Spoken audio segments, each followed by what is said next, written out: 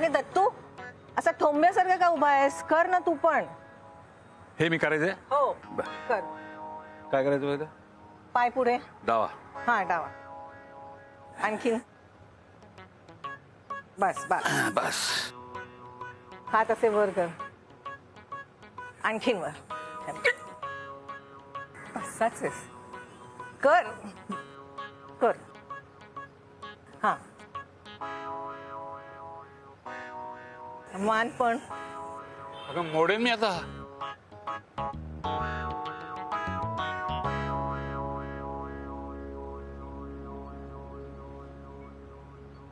काय झालं? अगं हे योगा म्हणजे कुटुंबातल्या सगळ्यांनी करायचं असतं ना. म्हणजे अगदी रिकाम टेकड्या लोकांनी सुद्धा ना. नाही पण त्यांनी पण करायला पाहिजे ना. म्हणजे अभिजित ये ना आमच्या बरोबर योगा करायला. गंभीर विचार करतोय असं नाटक करतोय. लबाड एक नंबरचा. थांब रे तू जरा दत्तू. अभिजित अभिजित. हा ये ना आपण योगा करूया. नाही तुमचं चालू दे. तरुण असेल ना, ये आमच्या बरोबर योगा करून दाखव. चाल.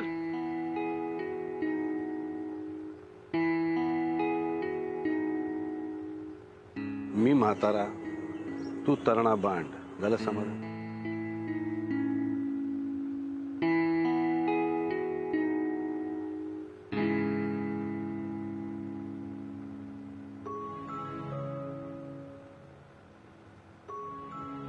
चिडतोस काय? बस बस बस बस बस 2 मिनिट बस.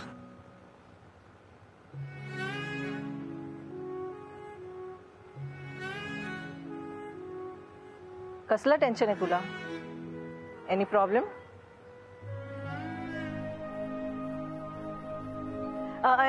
आपण एक काम करूया. ती योगासनं वगैरे नंतर. आपण आधी प्राणायाम करूया. तुम्ही दोघे आहे तिथेच बसा. वाचलो. काय? नाही म्हणलं चप्पल चोराला दररोज नवीन नवीन टेन्शन्स असतात. उद्या पोळ्या किती करायच्या, भाजी कुठली करायची, कांदे किती महागलेत वगैरे वगैरे.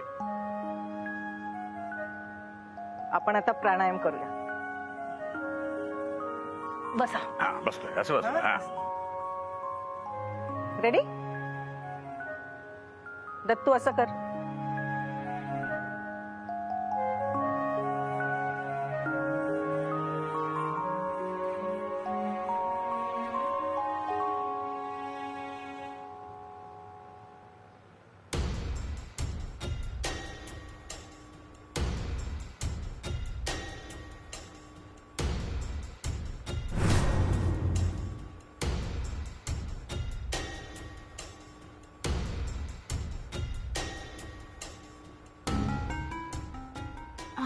शुभ्राताई, काय झालं? तुम्ही असं सडनली मला इथे बोलवलं? काही प्रॉब्लेम झाला का? अगं तुला असं का वाटतंय की काहीतरी प्रॉब्लेम झालाय म्हणून मी तुला भेटायला बोलवलंय? नाही म्हणजे अगं ऍक्च्युली तुझे आभार मानायचे होते सुजन. Thank you so much. माझं वाढवलेलं मंगळसूत्र तू रिपेअर करून आणलंस त्यासाठी थँक्यू.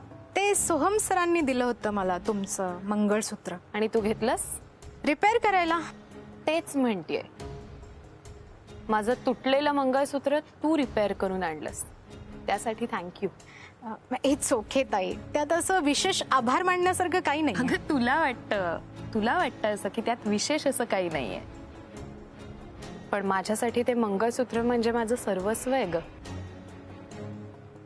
अर्थात तुला नाही कळणार कारण तुझं लग्न नाही झालंय अजून.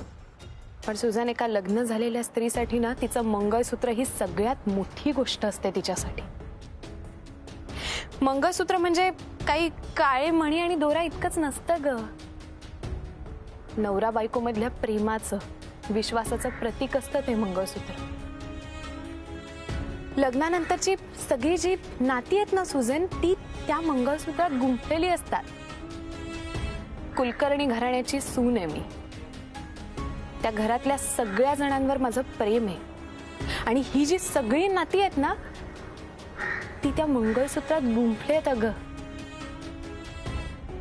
तुला कळतंय ना सुजन? ताई, तुम्ही माझ्या मोठ्या बहिणीसारखे आहात. तुमच्यासाठी मी छोटेसे काम करूच शकते. नाही ग सुजन, नाही. तुम्हाला खरंच तुझी मोठी बहीण मानत असतीस ना तर खूप गोष्टी टाळता आल्या असत्या तुला. म्हणजे काय म्हणायचे तुम्हाला? खरंच कळत नाहीये? हे कळून न कळल्यासारखं दाखवतेस फक्त.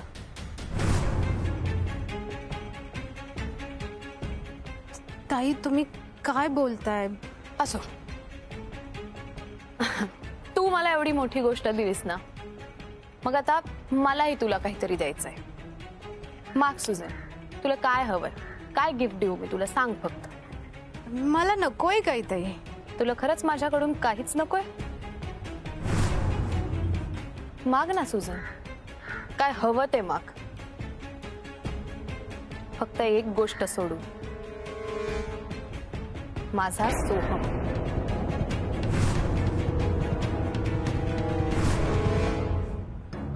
काय ग, काय वाटतं तुला? सोहम आणि तुझ्यामधलं हे जे नातं आहे ते खरं आहे असं वाटतंय? हा, एकमेकांच्या प्रेमात वगैरे आत असं वाटतंय की काय तुला? ताई, तुम्ही हे सगळं काय बोलताय ताई? मला खोटं बोलू नको सुजन. बास कर. मी स्वतःच्या डोळ्यांनी पाहिलंय अगं तुला. त्या दिवशी रिसॉर्टवर होते मी. सुजन, मला नाही माहिती तू हे जे काय करतेस ते मुद्दामून करते की तुला कळतच नाहीये आपण काय करतोय. काय वाटतं तुला? कोण आहे सोहम? तुझा मित्र आहे, बॉयफ्रेंड आहे. पण तुला कळतंय का सुजन, त्याला याच्याहून खूप महत्वाच्या जबाबदाऱ्या पार पाडाव्या लागतात ग. सोहम फक्त माझा नवरा नाहीये, तो कुलकर्णी घराण्याचा कुलदीपक आहे. माझ्या बबडूचा बाबा आहे, तो आजोबांचा लाडका नातू आहे, आईंचा मुलगा आहे. आणि तू जेव्हा त्याला माझ्यापासून लांब नेतेस ना, तेव्हा या सगळ्या नात्यांपासून तू लांब नेतेस त्याला. सुजन, आलीस ना ग तू आमच्या घरी. किती आनंदाने भरलेलं घर आहे ग माझं. तुला पण दिलं ना ग आम्ही प्रेम. किती प्रेमानं स्वागत केलं तुझं आम्ही. मग का सुजन, का वागलीस अशी? तुला नसेल ग फरक पडत याच्यानी, पण माझं अख्खं घर उद्ध्वस्त होईल सुजन. माझा संसार उद्ध्वस्त होईल.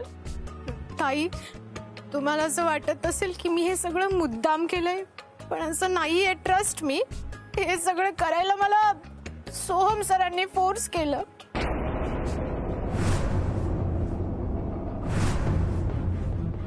काय म्हणायचंय तुला? हा, हे जे काय झालंय यात तुझी काहीच चूक नाहीये. आहे ना, माझी मिस्टेक आहे. सोहम सर जे काही करत गेले ते सगळं मी टॉलरेट करत आले ना, ही माझी मिस्टेक आहे. माझी फॅमिली गरीब आहे आणि त्यांच्यासाठी मला पैसे कमवावे लागतात, ही माझी मिस्टेक आहे. सुजन, अगं काय बोलतेस तू? ताई, मला माहितीये तुम्ही माझ्यावर खूप चिडलात, तुम्ही माझ्यावर ट्रस्ट नाही करणार आहात, पण प्लीज माझं एकदा म्हणणं ऐकून घ्या. आणि त्यानंतरही जर मी तुम्हाला गिल्टी वाटत असेल ना, तर तुम्ही मला हक्काने पनिशमेंट द्या. तुम्हाला आठवतं ताई, होळीच्या दिवशी तुम्ही मला तुमचा ड्रेस घालायला दिला होता आणि सोहम सरांनी मला मागणं येऊन मिठी मारली होती.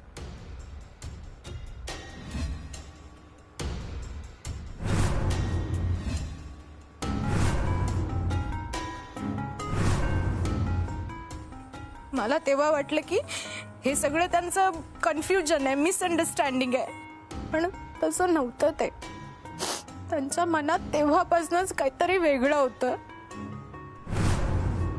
आणि नंतर इव्हेंच्युअली ते सगळं वाढत गेलं. आय एम सॉरी ताई, पण मी तेव्हा त्यांना नाही म्हणायला होतं, थांबवायला होतं, पण मला जॉबची खूप गरज होती. म्हणून सोहम सर जे जे सांगत आले ते सगळं मी करत आले. मग हळूहळू मीच या सगळ्यात अडकत गेले. मला खूप वेळा वाटलं की मी तुमच्याकडे येऊन हे सगळं तुम्हाला सांगावं आणि यातनं बाहेर पडावं, पण सोहम सरांनी माझ्यासमोर एक वेगळंच पिक्चर क्रिएट केलं. सोहम सर मला सतत सांगायचे की त्यांचं आणि तुमचं आता काहीच रिलेशन उरलं नाहीये, तुमचं मॅरेज डिवोर्स पर्यंत आलंय. त्यांना घरी समजून घेणारं कोणी नाहीये म्हणून ते माझ्या प्रेमात पडले. ताई अजून बरंच काही आहे, पण मी नाही तुमच्याशी शेअर करू शकत. मला लाज वाटते. आई, सोहम सरांनी मला हे सगळं सांगून सतत इमोशनल ब्लॅकमेल केलं आणि हळूहळू मग मीही त्यांच्यात इन्व्हॉल्व झाले. मला वाटलं सोहम सर खरंच माझ्यावर प्रेम करतात, पण मला त्यांचा प्लॅन कळलाच नाही ताई.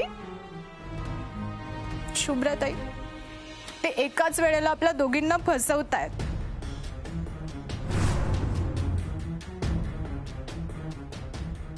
काय काय बोलतेस तू? ताई, तुम्हाला हे सगळं नाही पटणार आहे, पण मी आईची शपथ घेऊन सांगते की सोहम सर माझ्या समोर एका दुसऱ्याच अवतारात असतात आणि तुमच्या समोर, आसावरी मॅम समोर तुमच्या घरी एकदम साधे भोळे पुअर असल्यासारखे असतात.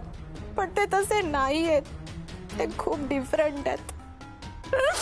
ताई, मला माहिती आहे माझ्याकडून खूप मोठी मिस्टेक झाली आहे. सोहम सर कसेही वागले तरी मी त्यांना थांबवायला होतं. तुम्ही मला वाटेल ती पनिशमेंट द्या, पण प्लीज आसावरी मॅमला यातलं काही सांगू नका ताई. माझं सगळं लाईफ बर्बाद होईल. आसावरी मॅम मला कामावरनं काढून टाकतील, माझा जॉब जाईल आणि मला पुन्हा गावी जावं लागेल. असं नाहीये ताई की या मोठ्या सिटीत राहणं माझं ड्रीम आहे. मी एक सिंपल मुलगी आहे आणि मला एक सिंपल लाईफ हवंय. पण काय करू, पैशांसाठी मला इथे येऊन राहावं लागतं. माझे आई बाबा गावी असतात, माझी आई सतत आजारी असते. माझे बाबा एका फॅक्टरीत कामाला होते. आयुष्यभर खूप काम केलं त्यांनी, पण आता मी सगळी जबाबदारी घेतली आहे. घ्यायलाच पाहिजे ना ताई. पण माझ्या बाबांचा एक प्रॉब्लेम आहे, ते ड्रिंक्स करतात आणि पैसे नाही मिळाले ना तर माझ्या आईला खूप मारतात. मी आईला इथे जॉब करून जे पैसे पाठवते त्यावरच आमचं घर चालतं. मी जर पैसे पाठवणं बंद केलं ना तर माझ्या आईचे खूप हाल होतील. माझी फॅमिली रस्त्यावर येईल. शुभ्राताई, प्लीज माझा जॉब वाचवा प्लीज.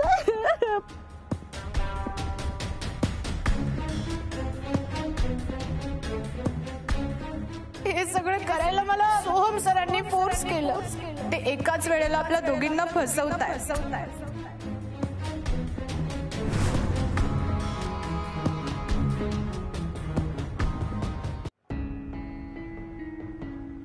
शुभ्रा सुझानशी बोलायला एकटीच गेली आहे. सुझान तिला असं काहीतरी बोलायला नको की ज्याने शुभ्राचा त्रास आणखीनच वाढेल.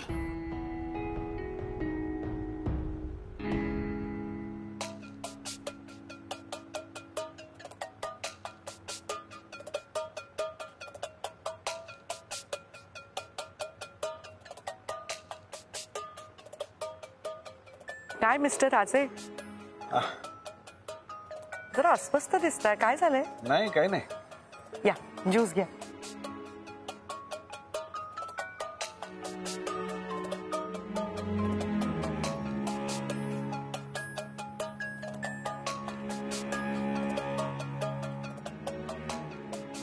अहो, काय विचार करताय? काय प्रॉब्लेम झाला का? सांगा ना, बोला ना माझ्याशी. माझ्या एका मित्राचा मुलगा, त्याचं त्याच्या सेक्रेटरीशी अफेअर आहे म्हणे. ती दोघं त्याच्या बायकोला फसवत आहेत. त्याची बायको बिचारी इतकी इनोसंट आहे ना की दोघांच्या बोलण्यावर विश्वास ठेवते. मला ना अशा बायकांचाच राग येतो. अरे, त्या बिचारीची काय चूक आहे? अहो, अशा नवऱ्यासोबत राहायचंच कशाला? सरळ सोडून द्यायचं आणि वेगळं व्हायचं. असं कसं म्हणतेस तू? इतक्या वर्षांची अटॅचमेंट असते, प्रेम असतं. हे मान्य आहे मला, प्रेम असतं, अटॅचमेंट असते, पण ना मन घट्ट करायचं आणि मनाचा तो हळवा कोपरा ना बंद करून टाकायचा. कारण अशा नवऱ्याकडनं ना प्रेम नाही मिळत. Once a cheater always a cheater. अशा माणसाकडनं फक्त दुःख आणि दुःखच मिळतं आयुष्यात. हो, पण यात शुभ्राची काय?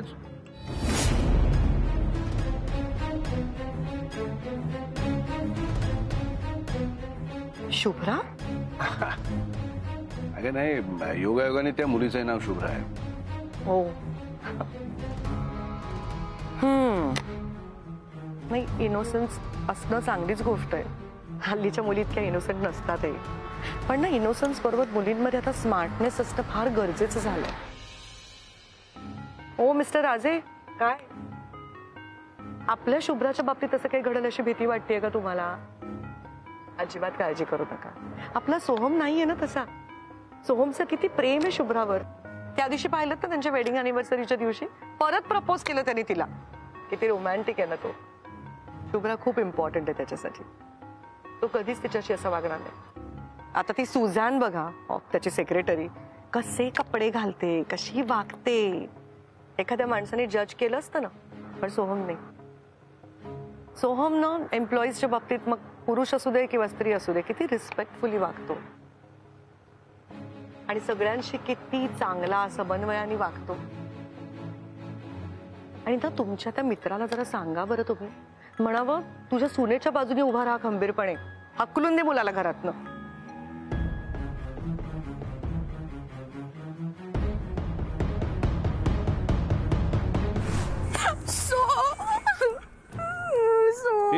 काय काय झालं?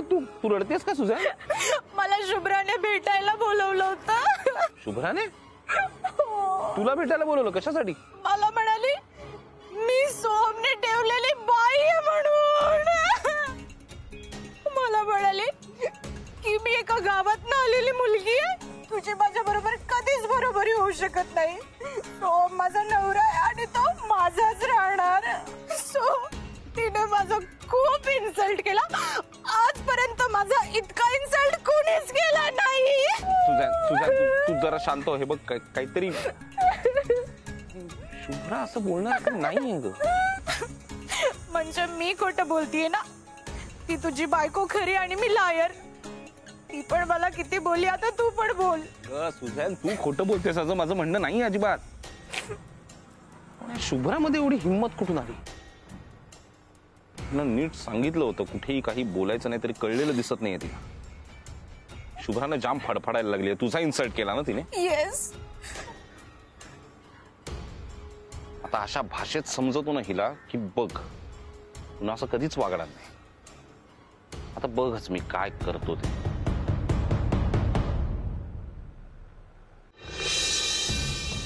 काय वेडी आहेस का तू शुभ्रा? ती कोणती सुझॅन तुला काय वाटेल ते सांगते आणि तू ऐकून घेतेस. नाही बाबा, हो ती कशाला काहीतरी सांगेल. इतकी कशी ग तू साधी आहेस शुभ्रा? ती तिच्या चुकांवर पांघरून घालण्यासाठी, ती स्वार्थासाठी चक्क खोटं बोलते तुझ्याशी आणि तू तू त्यावर विश्वास ठेवतेस. बाबा तिची परिस्थिती अतिशय बिकट आहे. हो फक्त वरून दाखवते ते की मी खूप मॉडर्न आहे, पण प्रत्यक्षात अतिशय साधी होती. सतत पैशाची गरज असते तिला आणि म्हणून पैसे कमवण्यासाठी हा मार्ग शोधला तिने. बाबा नाही हो, हे या सगळ्यात तिचंही नुकसान आहे ना. सोहमच्या बोलण्यावरून एक गोष्ट कळली आहे बाबा मला. त्याच्या आयुष्यात कुठच्याच नात्याला काहीच किंमत नाहीये. त्याचा फक्त आणि फक्त स्वतःवर प्रेम आहे. बाबा मी ज्या सोहमला बघितलंय ना, त्या सोहमला तुम्ही कुणीच नाही बघितलंय. त्याचे ते चित्र विचित्र कपडे, त्याचं बोलणं चालणं एकदम एकदम वेगळाच होऊन जातो तो. आणि मग त्याचा या घराशी, या घरातल्या माणसांशी काहीच संबंध नाही उरत बाबा.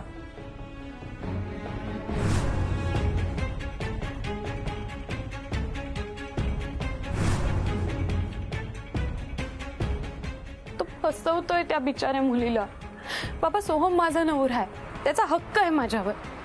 नाही तो जे काय करतोय ते अतिशय चुकीचं आहे, पण ते आमच्या मधलं आहे ना. त्यात ती बिचारी का भरडली जावी बाबा? नाही, सोहमला हे पाप करण्यापासून थांबवलंच पाहिजे.